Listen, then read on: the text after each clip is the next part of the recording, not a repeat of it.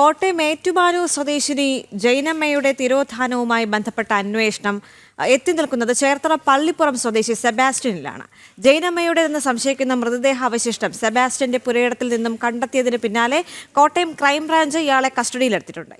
ഇതേസമയം ചേർത്തല സ്വദേശിനി ബിന്ദു പത്മനാഭന്റെ തിരോധാന കേസിലടക്കം ഇപ്പോൾ അന്വേഷണം നീളുകയാണ്. ആലപ്പുഴയിൽ നിന്ന് സുധീഷ് ഗോപാൽ തയ്യാറാക്കിയ റിപ്പോർട്ട് കാണാം.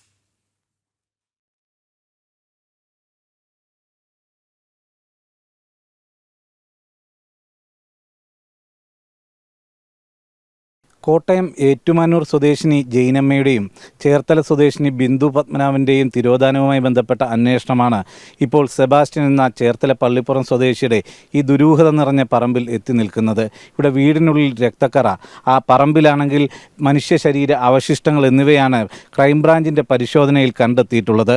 നിരവധി പേരുടെ തിരോധാനവുമായി ബന്ധപ്പെട്ടുള്ള അന്വേഷണങ്ങളിലേക്കും സെബാസ്റ്റ്യനും സംശയത്തിൻ്റെ നിഴലിൽ നിൽക്കുകയാണ്. ഈ സെബാസ്റ്റ്യൻ്റെ ഒരു പശ്ചാത്തലം എന്താണ്, അതോടൊപ്പം തന്നെ ഇത്തരം ആൾക്കാരുമായുള്ള സെബാസ്റ്റ്യൻ്റെ ബന്ധം ഏത് രീതിയിലായിരുന്നു, എന്തൊക്കെയാണ് ക്രൈംബ്രാഞ്ച് സംശയിക്കുന്നത്, അതോടൊപ്പം തന്നെ ഈ നാട്ടുകാർക്ക് സെബാസ്റ്റ്യനെ കുറിച്ച് പറയാൻ എന്താണുള്ളത് എന്നതുകൂടെ നമുക്കൊന്ന് പരിശോധിക്കാം. ചേട്ടാ, എത്ര നാളായിട്ട് സെബാസ്റ്റ്യനെ അറിയാം? സെബാസ്റ്റ്യൻ്റെ ഒരു ജീവിത രീതി എങ്ങനെ? ബാല്യം അറിയാവുന്ന വിഷയം, ഞങ്ങൾ ഒന്നിച്ച് പഠിച്ചിട്ടുള്ളതാണ്. ഈ ഫാമിലിയായിട്ട് ഉള്ള അടുത്ത ഒരു ബന്ധമുണ്ട്, സൗഹൃദമുള്ള ഫാമിലിയാണ്. അയാൾ ചെറുപ്പം വരെ അയാൾ കുറച്ച് മെച്ചറായി കഴിഞ്ഞപ്പോൾ ആ ഒരു ഫ്രോഡ് സ്വഭാവത്തിലേക്ക് പോകുന്നത്, ചെറിയൊരു മോഷണങ്ങളും കേട്ട് കള്ളത്തരം പറയുക, പ്രായമായി കഴിഞ്ഞപ്പോൾ ആ ഒരു വഴിക്ക് തന്നെ പോയി. സാമ്പത്തിക കാര്യങ്ങളിൽ സാമ്പത്തികമായിട്ടൊക്കെ സാമ്പത്തികമൊന്നുമില്ല, ഒരു സാധാരണ കർഷക കുടുംബമാണ്. അയാളുടെ ഫാദർ കൃഷിപ്പണിയിലൂടെയാണ് ഇവരെയൊക്കെ വളർത്തിക്കൊണ്ടുവന്നുള്ളത്. ഈ സെബാസ്റ്റ്യൻ്റെ സാമ്പത്തിക രീതികൾ എങ്ങനെയായിരുന്നു? പിന്നീട് ഈ ബിന്ദുവിൻ്റെ ഒരു കേസ് ഉണ്ടായ ശേഷമാണ് ഇയാൾ സാമ്പത്തികം, പിന്നെ കേസ് വരുമ്പോഴാണ് അറിയുന്നത് ഈ വിഷയത്തിൽ ബിന്ദുവിൻ്റെ വസ്തുവിറ്റ പൈസയാണെന്നൊക്കെ അറിയുന്നത്. ഇവിടെ സ്ത്രീകളെ കൊണ്ടുവരും, അത്തരം വിഷയങ്ങളൊക്കെ ഉണ്ട്, അങ്ങനത്തെ വിഷയങ്ങളൊക്കെ ഉണ്ട്. പക്ഷേ ഞങ്ങൾ അയൽവാസികൾ നിലയ്ക്ക് സ്വാഭാവികമായിട്ട് കാണുന്നത്. പിന്നെ അയാളുടെ ഒരു സ്വകാര്യ രീതിയിലേക്ക് ഞങ്ങൾക്ക് തലയെത്തി നോക്കണ്ട, അയാളുടെ വീട്ടിൽ നടക്കുന്നത് നമുക്ക് ചോദിക്കേണ്ട കാര്യമില്ലല്ലോ, അതാണ് സംഭവിക്കുന്നത്. സാമ്പത്തിക ഇടപാടുകളിൽ എങ്ങനെ വിശ്വാസ്യതയുള്ളതാണോ അതും പറ്റി വിശ്വാസം ഇല്ലാത്തൊരു വിഷയമാണെന്ന് പറയുന്നത്.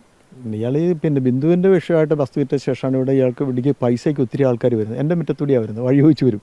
അപ്പോൾ ഞാൻ എനിക്കറിയില്ല, പക്ഷേ എൻ്റെ ഏറ്റവും അടുത്തൊരു സുഹൃത്ത് വന്നപ്പോൾ ഞാൻ ചേട്ടാ സെബാസ്റ്റ്യൻ അടിച്ച് പൈസ വാങ്ങിക്കാൻ പോകണം, ഞാൻ അത്ര ഇടപാടെന്ന് വെച്ചാൽ ആ പൈസ സെബാസ്റ്റ്യൻ കൊടുക്കണമെന്ന് പറഞ്ഞു. അതുപോലെ ആൾക്കാരെ അപായപ്പെടുത്താനോ വൈരാഗ്യ ബുദ്ധിയോടെ പെരുമാറുന്ന ഒരു രീതി അങ്ങനെയൊന്നും നമുക്ക് തോന്നിയിട്ടില്ല. അയാളെ നമ്മുടെയൊക്കെ വളരെ ജെന്റിലായിട്ട് പെരുമാറുന്ന, പക്ഷെ നമ്മൾ നേരെ നമുക്ക് സംസാരിക്കില്ലെന്നേ ഉള്ളൂ. നമ്മൾ വേറെ മോശമായിരുന്നു. ഇപ്പോൾ ലാസ്റ്റ് ഞാൻ പറഞ്ഞു, ഞാനുമായിട്ട് ഒരു വഴി പ്രശ്നത്തിൽ മാത്രമേ ഒന്ന് ഇച്ചിരി വേണമെങ്കിൽ സംസാരിച്ചിട്ടുള്ളത്, അതുകൊണ്ട് വേറെ പ്രശ്നങ്ങളൊന്നും ആയിട്ടില്ല.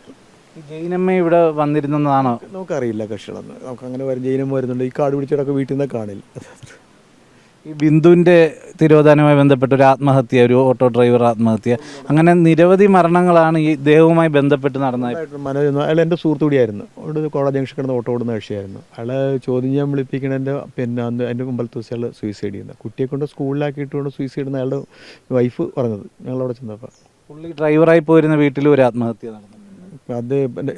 അത് ഡ്രൈവറായിട്ട് അയാളുടെ അതിപ്പോഴല്ല, അത് വർഷങ്ങൾക്ക് മുമ്പ്, ഈ സംഭവത്തിനൊക്കെ കുറേ വർഷങ്ങൾക്ക് മുമ്പ് ഒരു വണ്ടി അയാളുടെ ഇവിടെ കൊണ്ടുവിടുമായിരുന്നു, മസ്ത വണ്ടിയാണ്. അപ്പോൾ ചോദിച്ചു, അത് എന്നോട് ഞാനിപ്പോൾ വണ്ടി എടുത്താൽ അത് എൻ്റെ വണ്ടിയാണെന്നോ, ലക്ഷ്മി എന്നാ പറ്റിയിരുന്നു ആ വണ്ടിയുടെ പേരെന്ന് എനിക്ക് തോന്നുന്നു. പിന്നീട് പാലക്കലാക്കി കൊണ്ടിട്ടുണ്ടായിരുന്നു. അത് പിന്നെ ആ വണ്ടിയുടെ ഓണർ സൂയിസൈഡ് ചെയ്യുന്നത് പിന്നീട് അറിയാൻ കഴിഞ്ഞു. എന്തു തന്നെയായാലും സെബാസ്റ്റ്യനുമായി ബന്ധപ്പെട്ടുള്ള മരണങ്ങൾ നിരവധിയാണ്. അതിലുപരിയാണ് ഐഷ എന്ന് പറഞ്ഞ ഒരു സ്ത്രീയുടെ തിരോധാനവുമായി ബന്ധപ്പെട്ടും സെബാസ്റ്റ്യനെ സംശയിക്കുന്നു എന്ന വിവരങ്ങൾ പുറത്തു വരുന്നു. തീർത്തും ദുരൂഹത നിറഞ്ഞ ഒരു പുരയിടമാണ് ഇതെന്ന് കൂടി പറയേണ്ടി വരും. ഏതാണ്ട് 2.5 ഏക്കറിലധികമുണ്ട്. ഇവിടെ ഈ കുഴിയെടുത്ത സ്ഥലത്തു നിന്നുമാണ് ഈ മനുഷ്യ ശരീര അവശിഷ്ടങ്ങൾ കണ്ടെത്തിയത്. വീടിനുള്ളിൽ ഒരു പുതിയതായി ഗ്രാനൈറ്റ് ഇട്ട ഒരു ഭാഗമുണ്ട്, അത് സംബന്ധിച്ചും ചില സംശയങ്ങളുണ്ട്. ഈ പ്രദേശത്ത് പുറത്തു നിന്നുള്ള കക്കൂസ് മാലിന്യങ്ങൾ കൊണ്ട് ഒഴിക്കുന്നതായി പറയുന്നു. അതും ഏതെങ്കിലും തരത്തിൽ കക്കൂസ് ടാങ്കിലോ മറ്റോ ഇത്തരത്തിൽ മൃതദേഹങ്ങൾ ഇട്ട ശേഷം കൊണ്ടുവന്നതാണോ, അത്തരം നിരവധി സംശയങ്ങളാണ് നിലനിൽക്കുന്നത്. ഇന്നലെ ഏതാണ്ട് 100-ലധികം അസ്ഥി കഷ്ണങ്ങളാണ് ഈ ഭാഗത്തു നിന്നും കണ്ടെത്തിയിട്ടുള്ളത്.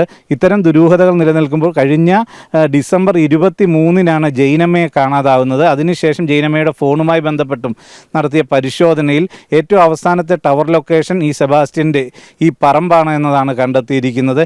കഴിഞ്ഞ 3 ദിവസം മുമ്പും ആ നമ്പറിൽ നിന്നും ഈ ജൈനമ്മയുടെ സഹോദരിക്ക് ഒരു ഫോൺ കോൾ ചെന്നിരുന്നതായും പറയപ്പെടുന്നു. അത്തരത്തിലെല്ലാം തന്നെ നിരവധി സംശയങ്ങൾ നിലനിൽക്കുന്നു. ആരുടേതാണ് ഈ മൃതദേഹ അവശിഷ്ടങ്ങൾ, ഈ അസ്ഥി കഷ്ണങ്ങൾ എന്നത് കണ്ടെത്താൻ DNA പരിശോധനയടക്കം നടത്തുന്നുണ്ട്. ഇന്നലെ ഇത് സംബന്ധിച്ച പരിശോധന നടത്തിയപ്പോൾ ഏതാണ്ട് 1 വർഷത്തോളം പഴക്കമുള്ള അസ്ഥി കഷ്ണങ്ങളെന്ന ഒരു പ്രാഥമിക നിഗമനമാണ്. അതോടൊപ്പം തന്നെ മനുഷ്യൻ്റെ അസ്ഥിയാണ് എന്ന ഒരു നിഗമനത്തിലുമാണ് പ്രാഥമികമായി എത്തിയിട്ടുള്ളത്. എന്നാൽ ഇതിൻ്റെ എല്ലാം വിദഗ്ധ പരിശോധനയ്ക്ക് ശേഷമേ ഒരു സ്ഥിരീകരണത്തിൽ എത്തിച്ചേരാൻ പറ്റൂ. പറ്റൂ.